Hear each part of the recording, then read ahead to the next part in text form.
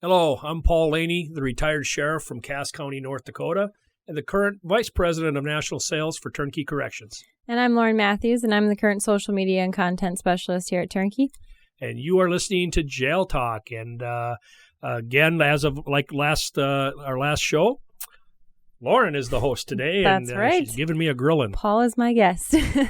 Yeah, last time we introduced Paul with his leadership training course that he has taught for many years. So if you haven't watched part 1, make sure you go back and check that out because we'll touch some things from the first episode. So you'll want to see that first. And in that first episode, Paul, we talked about, your leadership philosophy and the importance of communication. Maybe you can just give a really brief recap about kind of what we talked about. Definitely. And again, I'm super excited to be here. And anytime I get a chance to share and help my fellow law enforcement leaders, especially in these trying times, is it's just something I feel really good about. And so for Todd to give us the opportunity to do this show and today, I was dreading because I thought, oh my God, Lauren's going to have me at her fingertips. She's going to grill me all day. So it's been fun. All of our joking around aside, yeah, it's a very intense time in law enforcement. And in part 1, we talked about communication, how important communication is within the organization, and we talked a lot about some of the styles that worked for me. That servant leadership is what worked for me. I talked about as leaders, there's no the way. It's a way, and what worked for me was a way.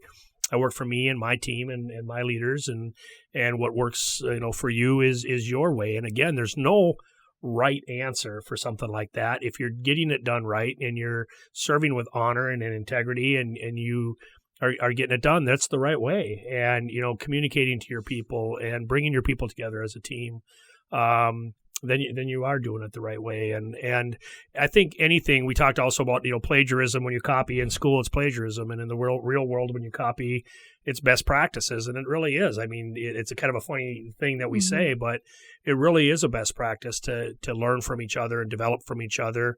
And if you have, somebody out there that you admire, somebody out there that's a role model, I didn't just wake up one day and become the sheriff of Cass County. I had a lot of people that impacted me and affected me along the way. We can talk about some of them today because some of mine were very early at a very young age. And then all the way up through my career, I follow. There was a lot of people I followed. So we talked a lot about that in the first part of this, and we talked about a saying that we're going to talk about here at the end of part 2, and that I kind of follow.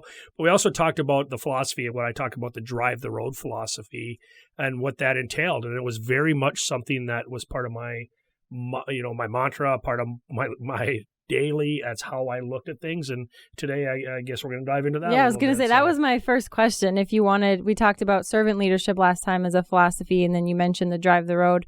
We promised we would dive deeper into that. So why don't you just go ahead and dive into that philosophy? Sure. My servant leadership philosophy was I woke up every single day and I belonged to the public that elected me. And I truly believe that, whether it was how I led the department, whether it was when I was out making a presentation or I was in the public eye or was at an event or when I was walking through the grocery store and somebody came up and wanted to talk to me, I work for them, and it might delay me 10 minutes somewhere where I was going to go, but I chose that. And like I always tell supervisors, you choose.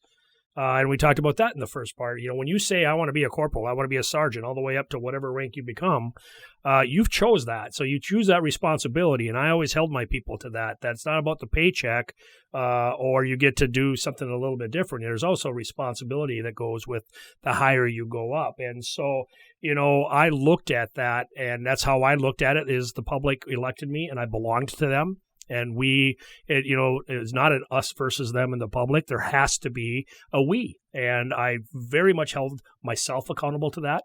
And I held my agency accountable to that. And out of that, I developed what I'd called my drive the road philosophy. And it was one of those things where everybody in the organization heard the drive the road speech, to the point was like, you like to tease me about different things, and I can get windy and wordy. I do try to communicate in depth, and but it was something that everybody knew. And for me as a leader, all the joking around about it aside, is that every member that came into the department, because one of the things that was important to me was the day you come into the organization and that you met me. I laid the fight. I mean, we did the whole background. We did, there's a lot of time that goes into hiring a law enforcement officer. And, they go through the whole process, and then the backgrounds, and then the polygraphs, and the medicals, and the psychological evaluations and all that before they go, and the conditional offers. But I took great pride in, other than my deployment time out to the pipeline protest for those months, I hired every member that came into that department. And I had over 200 plus staff. So I had a decent sized department, but I was the last stop. And I gave the final offer of employment because I wanted to look in their eye, and I wanted to know I felt it. I wanted to know that they got it, and I wanted to believe that they were coachable and that they were hungry to go serve, because at the end of the day, when they go out into the field, not only do they represent all of us as a family, they're a deputy sheriff, meaning my reputation is tied to their actions. And so I wanted to make sure that I just had that bond and I had that ability to communicate with them. And day one, while they were in there, I gave them their Drive the Road speech. And I used to always do it like the swearing in ceremonies later, then say, hey, anybody in here want the Drive the Road speech?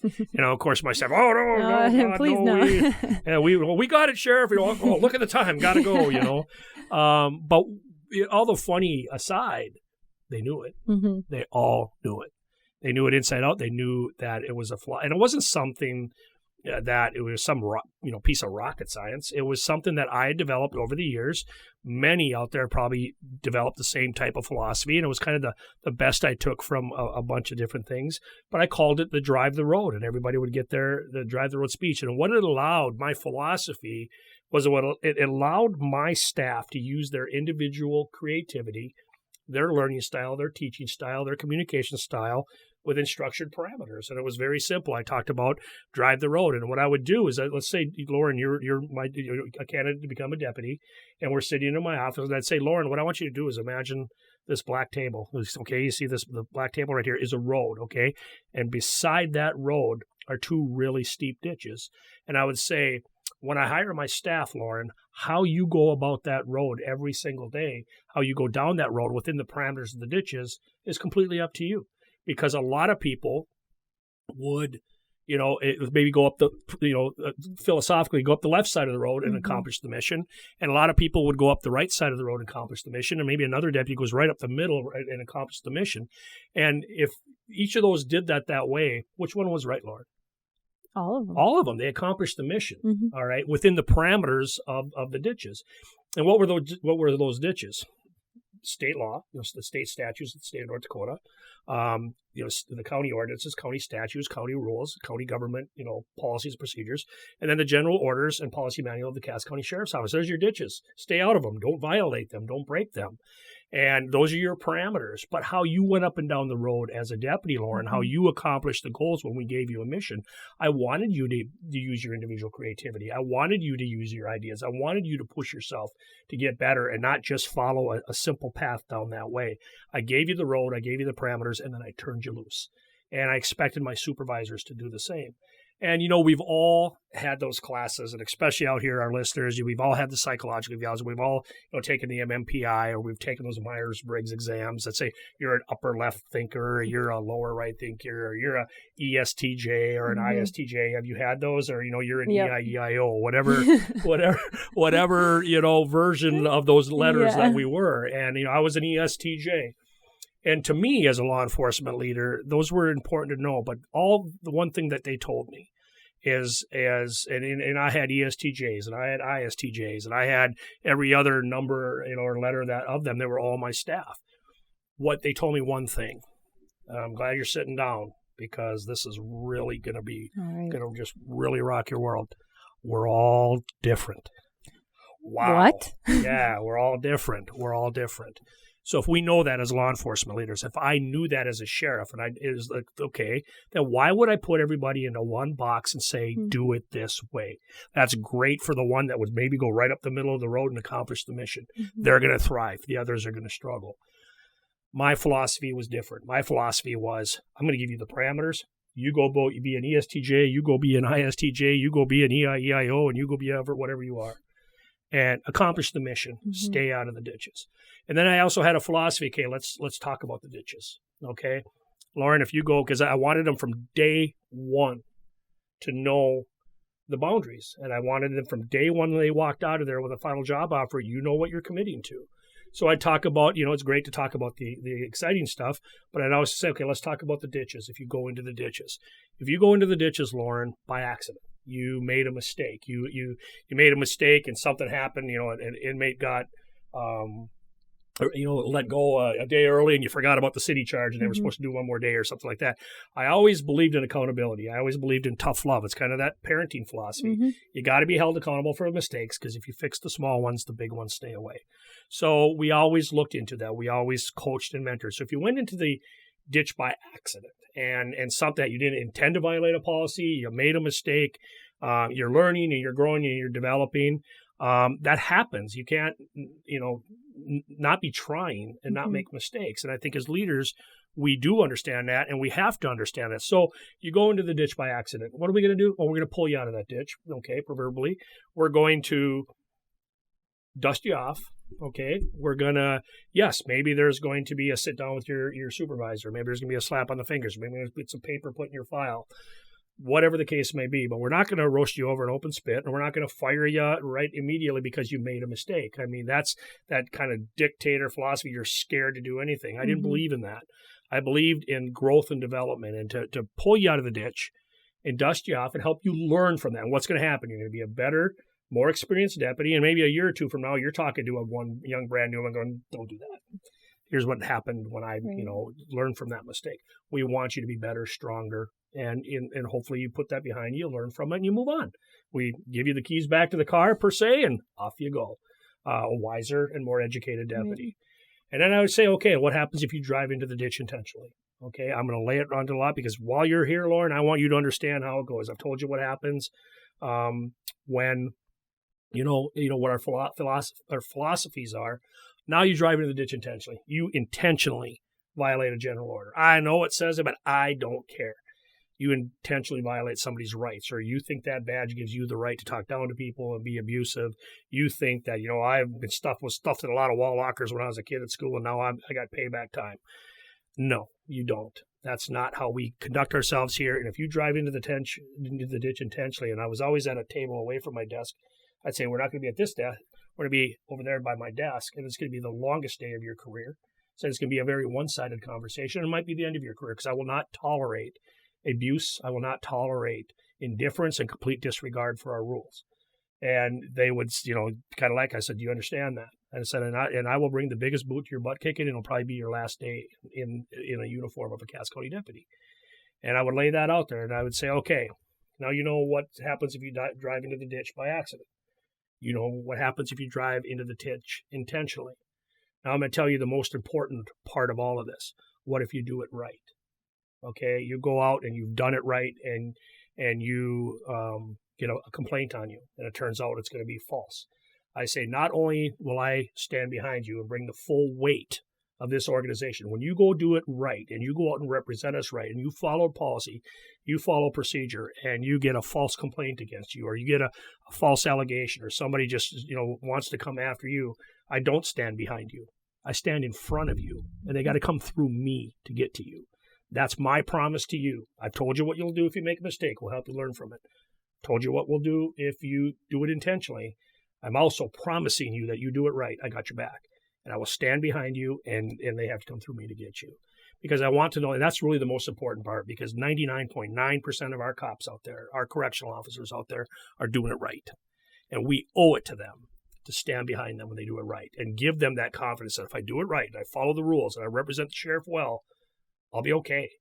But I also know what happens if I don't. And I want them to walk out of there day one, because then they'll say, I'll say, how does that sound? Well, usually I got, that sounds great, Sheriff. Can you operate within that, Lauren? Can you operate within those parameters? And you say, hopefully, yes. And I would then say that I am hereby giving you your final offer of employment with the Cass County Sheriff's Office if you choose to accept it. And I usually got the yes. I'm excited to come on board. And I'd shake their hand, and they were part of us. But from minute one, they knew my expectations. They knew my parameters. And it was a philosophy that I could kind of lay out, a very simple one, but it worked. And I followed it, and I lived by it, and I expected my supervisors to live by it. And one of the best, I think, She didn't even know she was doing it, but one of my captains, who I had so much respect for, and come up when I first got there, she was a sergeant, came up to be really one of my right hands. And one day I just happened to be going back to my desk, and she was in kind of counseling a young deputy, and I didn't know that I was around the corner, but I was kind of by the mailboxes, and I heard her in there, and I heard her say, "So how do you think you drove the road on this one?" And I heard the deputy say, "I went into the ditch." And she said, "Yes, you did, but we're going to help you learn from it." And I went, "Yes." It's stuck. It's stuck. And, again, and it worked for me. It was a way, but the whole department knew it. Everybody knew it. And it became are we driving the road, guys? Are we getting it done? Supervisors at unit meetings or shift meetings or, patrol meetings. Guys, how are we driving the road? Okay. We need to talk about the ditches. We're all on the same page. That's communication. All right. It's motivation. It's road mapping. We'll talk a little bit about strategic planning, but it's all part of making them part of a team. You're communicating, you're helping them understand, you're setting the parameters. And then as I would tell my supervisor, now get the heck out of their way and let them go show you why we hired them. Let them go show us. And I just always felt it helped the young Laurens of the world feel more confident in their job. They knew they had the support of the department and the short support of Sheriff Laney. If I did it right, they knew what was going to happen if they made a mistake. But it gave them that confidence to drive the world and to do it their way. And I always felt really strongly about that. Yeah.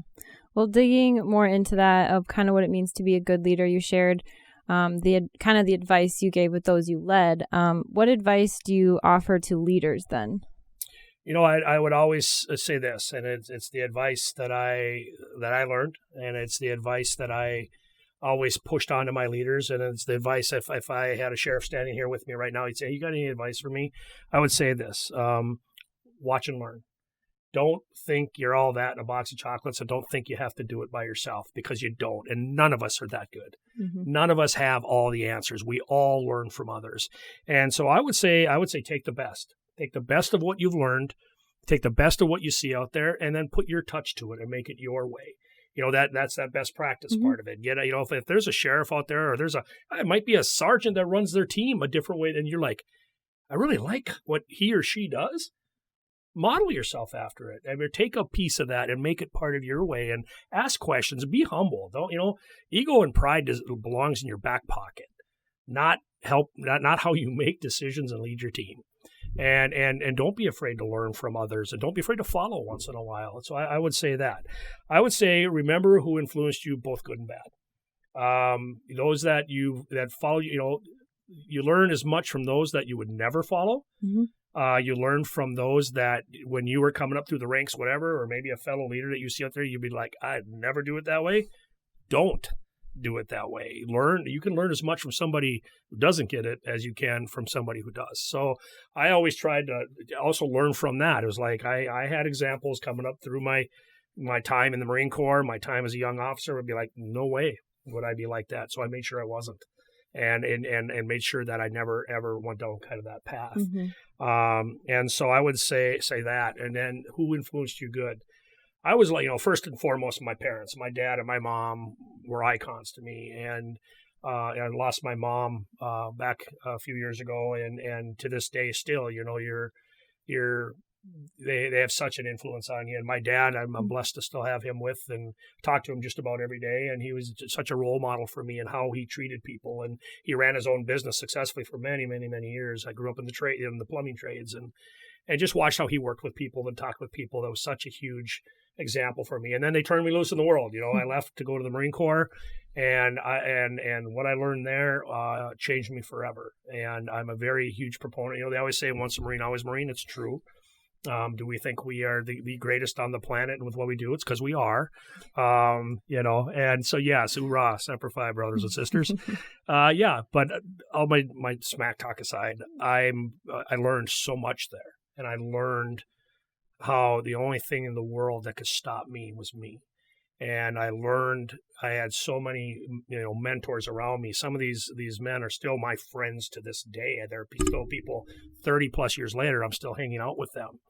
And I would say there was two of them especially. Was my platoon sergeant, Staff Sergeant Luis De La Rosa.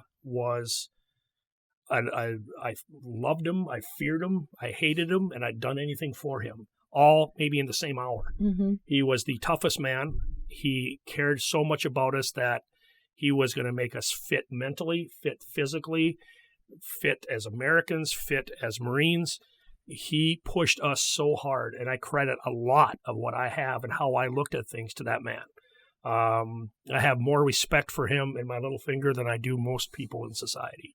And I've never looked back. He taught me so much as a young Marine, as an 18 to 22-year-old man. He to this day, I still hold him on a pedestal. And then I had I guess you'd call him like a squad leader, the way our detachment was set up. Where he was, Charles Graybill, Chuck Graybill, and he was somebody that had such an impact on me as a young man, because I lived with him more daily. I mean, he was one of our sergeants in the platoon. I saw him every single day. He was tough as well. And he went on to go be a drill instructor later on. He then went on, got his warrant officer, and then went on and got a commission, and he retired out of the Marine Corps, a major. And I used to have so much respect for him, how he would handle us and how he would handle issues and how he would handle situations. And as I started coming up through the ranks, when I was a young FTO, training new cops, when I became a sergeant then and I'm supervising, I used to ask myself when I'd be in a situation, what would Chuck do? What would Chuck do here? Chuck would, sit the person down and have a one-on-one conversation here. Or Chuck would sit down and he'd give them a shoulder to cry on. Or Chuck would kick their little living butts verbally. I mean, he's going to hold you accountable. He ain't happy and he's going to let you know. And you know what? In all my years coming up the ranks asking that question, Chuck never let me down. He was somebody I could look at and say, this is how I think he would handle this. And I learned from one of the best. I was coached, developed, and mentored by Staff Sergeant De La Rosa. He retired a gunnery sergeant a few years later. And then Chuck Graybill was just one of those guys that I had so much respect for. And it was pretty cool. A few years back, just before I was getting ready to go to the FBI National Academy, my wife and I took a vacation out to California for a week. And he had retired to the 29 Palms area right outside Palm Springs. There's a Marine base there. We drove to go see him that night. Took he and his wife and me and my wife went out to dinner, and I got to tell him that. I got the actual privilege to tell him that. And it meant so much to me. To this day, I got to tell him what a mentor he had been to me. And I don't know if he'll ever see this or Staff Sergeant Del Rosa will ever see this, but, when I talk about learning from the best and learning from those that taught you, take from them what they teach you and then put your own touch on it. And those two men are so much a part of me for the rest of my life. And here now I'm, 54, going to be 55 soon, retired from law enforcement, doing what I do here. What they taught me are still in me. Some of what you see here, what I do here, was because of them there. And now I hope I've had that impact on some young leaders. I hope that I left my legacy that way, where they say, he coached me, he mentored me. Some days he chewed my butt, and some days he gave me a hug. Whatever, the good leaders, I always say the best leaders know when to wrap their arms around someone and hug them, and know when to kick them dead in their butt. And the ones that are always the huggers and never want to hold people accountable, that's dangerous. The ones that always want to yell and scream and kick in the butt, that's not the best leaders. The one that knows and can do it all, that is confident, I think they need a shoulder today. And the one that, today I need to be dad. Today I need to drop the hammer. You're going to be a lot more successful. And so I would just say, learn from those that really had that impact on you. And I can honestly say I did that, and it's guided me and hasn't let me down my entire career in both careers. The other advice I'd say is take chances, make decisions. Don't be afraid to make mistakes. Drive that road, Lauren. You're going to hit the ditches once in a while, but learn from them, grow from them. Don't be afraid to take chances. You're going to be stronger for it at the end of the day. And as leaders, if you're senior leaders, let your people have the ability to do that. Give them that ability to make those decisions and make those mistakes, and help them learn from them, and give them the confidence to try. I think that's one of the biggest and most important things we do, especially at the senior leadership level, is develop. And, the succession planning and that mentoring and coaching is such a huge part of what we do. I've always felt that, the leader that has so much control over everything, that the day they leave to take, and go on 2 weeks vacation and the place falls apart, maybe you need to take a look in the mirror and see how you're leading. And I always felt very confident that if I left for a couple weeks or whatever or when I had to deploy out to DAPL for a long period of time, I never worried about what was going on back at the office. Why? Because I had that team. And the fact that I could leave and they didn't even know I was gone, I felt was a sign of success, and because the team had it. They didn't meet me. I could have fall over dead the next day. They'd be fine. Because what matters isn't me. It isn't about what's going on in my world. It's about that team and about serving that community, and that's what mattered. And that's what I always pushed for. So I would say, and learn and push yourself. We're always learning. We're always growing. Find that next thing that's going to help push you. Even if you've been in the business 25 years, find something that's going to motivate you to get better the next day and try something different. And then, seize those moments. And I know we're going to close out here with a little bit of that in here in a little bit. And just don't be afraid to push yourself and get better. As I'm listening to you talk, it kind of is just in my mind, like turning over the type of culture you created with one that had a lot of trust and also a lot of accountability. And I know in your training, you talk a lot about identity and culture. Right. So maybe you can share what those mean to you and why you find them to be so important. I would say, that's a great question. And I think as the identity of your organization, you got to know who you are. You got to know, don't think you know who you are. Find out who you are. Get into the community and find out what they think about your organization. Whether it's, know what is your culture? Find out your culture. Do people believe in you? Do they trust you? Do they fear you? Do they not like you? What's your relationship with your community, first and foremost, especially in these trying times? If there's ever a time to be transparent and learning your perception within the community, it's now. And then internally, make sure you know what's going on. Find out who you are as an organization, and then make yourself better. Shore up what's working and where you're strong, and definitely work on, if you find there's holes or areas you can be better, then figure out a plan to make those areas better. And I did a lot of that through sit downs, listening tours. I did surveys internally, and you got to have a tough skin, because guess what? You might not like what you hear. But if you truly care and truly want to make that difference, then suck it up. Put your pride and your ego in your back pocket. Find out what your people think, and then no repercussions. Don't, you said some bad things about our leadership style. Well, then do they have the problem or do you? If you are going to be so insensitive that you don't like some internal criticism, that's not their problem. That's yours. And I think you have to go into that and have that tough skin. And then also do that with your community. Find out where you're at with your community. Do some open forums. Do some town hall meetings, and be ready, because you're not going to hear everything's all roses. And yet you might hear some really good things as well. So, and then the things, you can go back and say, this is where we stand. And that's what I think. Leaders who do that, I think, are the most successful ones in the end, because they truly want to make that difference, and they truly want to move forward. So that's find out that identity and find out who you are. And then the other part of it is to develop a strategic plan. You got to find a roadmap to follow. I did that when I first came in as sheriff. I had different philosophies, and I really wanted everybody to know the general orders. I wanted everybody to make sure they had that roadmap. We talk a lot of smack about football around here because we're a Wisconsin company, but a lot of us are from Minnesota. That's right. You think that draws a little, of this going on, just a little bit. But at the end of the day, I don't care if, obviously we're in Minnesota Vikings land here and Green Bay Packer land. I don't care if you're Aaron Rodgers or Kirk Cousins. I don't care what football team you are, what quarterback you are. They don't just go out one day and say, okay, you run right, you run left, you go up the middle, I'm going to try to get it to you. No, they have playbooks. They practice it. They know their playbook inside and out. You have to give. How do your people know how you want them to drive the road?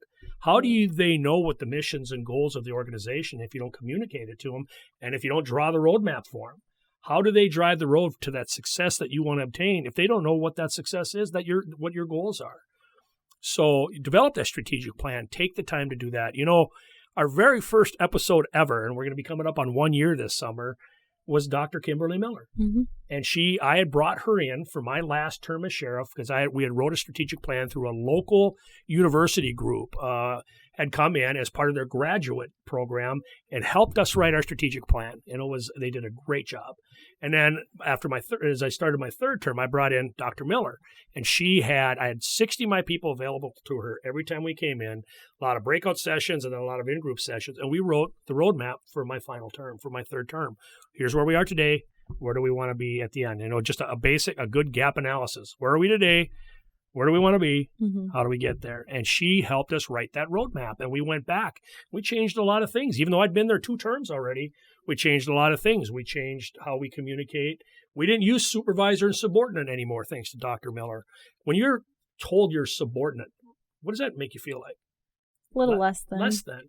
No, we use supervisor and supervisee because you're not less than me. I could be the sheriff, and you're in your first week. You're not a lesser person than me. You're not less than what I am. You are at least less experienced than I am. Mm-hmm. You have less time in the department, and you have a different role than I have as the sheriff of the county, but you're not a lesser person. And sometimes how we communicate can send that message. Dr. Miller taught us, don't do that, and helped us right. And from that day on, we use supervisor and supervisee. I'm your supervisor, and you're my supervisee. And you be the supervisee to me, I'm the supervisor to you. Mm-hmm. It doesn't feel degrading, does it, when you hear that? So little stuff like that can make a really big difference. Mm-hmm. And so I think, when you find that identity and you write that roadmap, you write that strategic plan, it's so important because it ties in everything else we talked about in part 1 and here. That's communication. That's getting to know your people. It brings it all in together. So I would just challenge you to find your identity, find your culture, know who you are, develop where you want to go and how to get there, and then turn your people loose and let them go be them. And you're going to find at the end of the day, you're stronger. And as the leader, the more you trust your people and let them grow, the better you're going to look at the end of the day. Those awards I received that you read about in part 1, that was all part of the team. I just was blessed to be the face of them. I didn't do those. We did those. Mm-hmm. And I firmly believe that. So that would be my advice. Mm-hmm. Well, at the end of the part 1, you shared with everyone your favorite quote, and we kind of left them on a cliffhanger because I know there was a little bit more you wanted to share about that. So maybe as we're coming to the end here, you can kind of come full circle with that. I'd be happy to. Great moments are born from great opportunities. That quote has done so much for me in my time because I'd come back to it a lot. And that quote was from Herb Brooks in 1980 in Lake Placid. He was addressing the U.S. men's Olympic hockey team just before they were going to go out and climb the mountain of trying to beat and play the Russians, who were unbeatable back then, right? Nobody could beat them, and they beat them. They said American hockey history. At a time, America needed a win. They brought it. It was just an amazing time. And he talks about in his speech to them, he talks about great moments are born from great opportunities. And I've always tried to live by that. And I say that to my fellow law enforcement leaders, to all of you, great moments are born from great opportunities. We're not hockey players. Well, maybe some of you are. I'm not, but your opportunity for a great moment is every time you go out into the public, every time you address a group of kids, every time you go in front of your team, every time you have a positive moment with the community. Every time we suit up and put on those uniforms and go out to serve our public is our opportunity for a great moment. Don't let it go by. And I always tried to live by that. When I was speaking in front of a group at a service club, at the Exchange Club or the Lions Club or whoever I was, here's my opportunity for a great moment to sell my department and who we are. To let them know who we are. Every time I did a media interview, whether it was something intense, a critical incident, or I was, at a community event and they were just interviewing me, was my opportunity for a great moment for my agency. Seize that. Great moments are born from great opportunities. Your opportunity is every time you walk out the front door to serve your community, and seize that moment. Awesome. Well, we are about to close out on this part 2, so I just wanted to open it up to you. Not too open. I know how. I'm bringing that joke back. The retired sheriff with an open mic. That the hard way, haven't you? So just a few minutes if you have anything else you want to share, your final thoughts on your leadership presentation. I think as leaders, we have a responsibility to those that count on us. And each one of us has to find what that is. I talk about seizing that moment every time you walk out the door. One of the things that I did, and I did it every single day I was the sheriff of Cass County.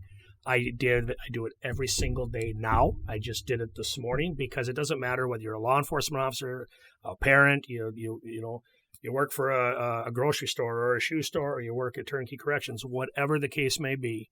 I used to tell myself, as I would back out of my driveway before my garage door was even down, I would say, Paul, here's another day to go show the people of Cass County they picked the right man.